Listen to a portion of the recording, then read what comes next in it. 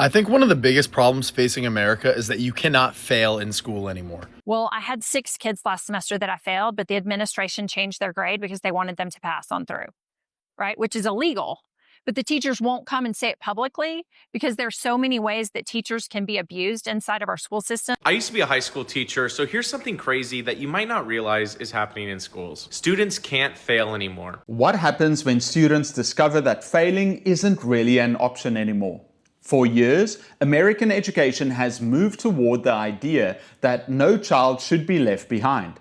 And obviously, the intention behind that sounds good. We want every child to succeed. But somewhere along the way, in many schools, that seems to have turned into something very different. Just keep moving students forward.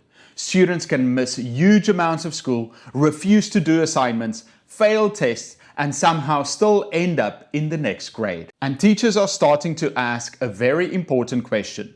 If students know they're going to pass anyway, what motivation is there to actually do the work? Let's hear what teachers have to say. I think one of the biggest problems facing America is that you cannot fail in school anymore. I knew multiple kids in my graduating class that basically did not show up the entire senior year of high school and still graduated. I meet people all the time who are like, yeah, I graduated with like a 1.2 GPA. Now there are so many programs where you can like show up for half of the day and then you go to work for the other half of the day, and most of the kids don't. The fact that we're just pushing so many failing kids through the education system without them actually hitting any of the markers we use to determine if somebody is failing leads to you having people now going to college and they straight up don't know how to read. I knew multiple kids in college who was like, bro, you don't know how to read at like an effective level. And then guess what? They also graduated from college. You can now get a college degree without knowing how to read. I want you to understand that. You can get a college degree without knowing how to read. We've started treating failure as if it's always harmful to children. But sometimes failure is feedback. If I don't study and I fail a test, I've learned something. If I don't submit my work and receive a 0, I've learned that my choices have consequences. And if a student hasn't mastered the skills they need for the next grade, simply moving them on doesn't magically solve that problem. Now they're sitting in the next classroom with an even bigger gap. Sometimes, allowing a child to experience a small failure today can prevent a much bigger failure later in life. Years ago, we repealed the law that said if you don't pass, you don't get to move on to the next grade. So right now, kids are failing and still moving on to the next grade, right? Or worse, I talk to teachers all the time because right now, there are teachers who will come up and tell me, well, I had 6 kids last semester that I failed, but the administration changed their grade because they wanted them to pass on through, right? Which is illegal. But the teachers won't come and say it publicly because there's so many ways that teachers can be abused inside of our school system. In New York City, teachers are accusing the higher ups pass students no matter what. Even if they're failing their math classes, their core classes, pass them. Pass them despite being chronically absent, meaning they just miss all the time, failing to turn in their homework, failing to participate in class activities, sleeping in class, regularly failing all the tests, including their state exams. New York teachers anonymously are saying, we're still being told to pass them no matter what. And see, the problem that causes is it causes students to not want to try, because they know they're going to pass no matter what. And you can see it in their behavior. They show up. If they show up, they just put their head down. They won't do anything. And, oh, they're just going to pass me. So New York City teachers, I don't know what you can do about it. I mean, you can just refuse to pass them and then make the administrators do it. There's another side that people don't always consider. Think about the teacher who receives that student the following year. You're supposed to teach 7th grade material, but some of your students are working at 4th or 5th grade level. So now you're expected to teach the curriculum, but somehow going back several years and filling in all those missing skills.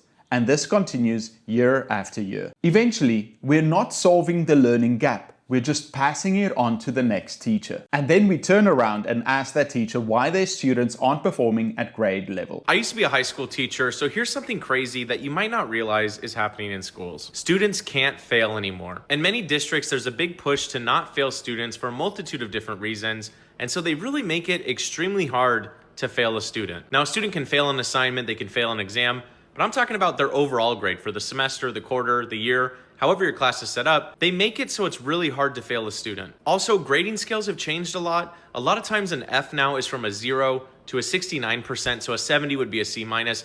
Anything less than that is failing. There's no longer D's in a lot of districts, which I actually like, but it's extremely hard to give a student a 0%, even if they did nothing the entire year. Even if you tried talking to them, you tried talking to their parents, you try to get admin involved, you give them extensions, none of that matters. Basically, in a lot of districts, if you give a student a true 0% or basically anything less than a 50%, you have to write an entire report as to why that student deserved that. And a lot of times they're gonna make you jump through a bunch of hoops and you're gonna have to do a bunch of meetings just to say that student deserved to fail. So it's easier just to give them a 50%, which realistically, the difference between a 0% and a 50% is still an F, but you're basically saying the student did 50% of the work, which they did not do. That's just one small minor issue why I left teaching. I just thought it would be interesting to share. The bigger issue is there's no accountability in schools, and that's why I decided to leave. I think the original idea behind policies like No Child Left Behind came from a good place.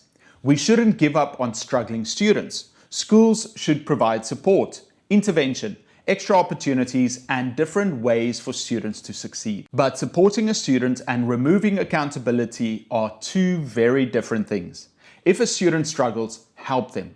If they don't understand something, teach it again. Give them another opportunity when it's appropriate. But if a student learns, I can miss school, do almost no work, fail my class, and I'll still move forward, what lessons are we actually teaching them? The real world doesn't work that way. Accountability isn't something we do to hurt children.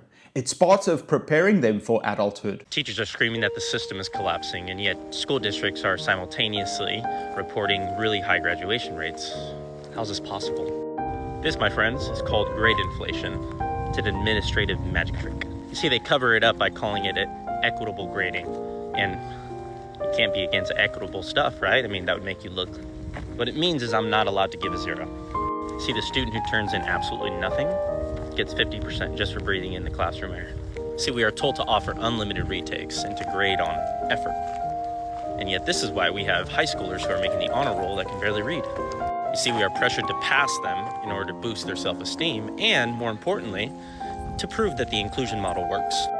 This lenient grading policy is actually harming these kids in the long run and their employment. We aren't closing the achievement gap. We just stopped measuring it so the district can hand out participation trophies. Because why prepare them for the real world when we can just protect the district's PR?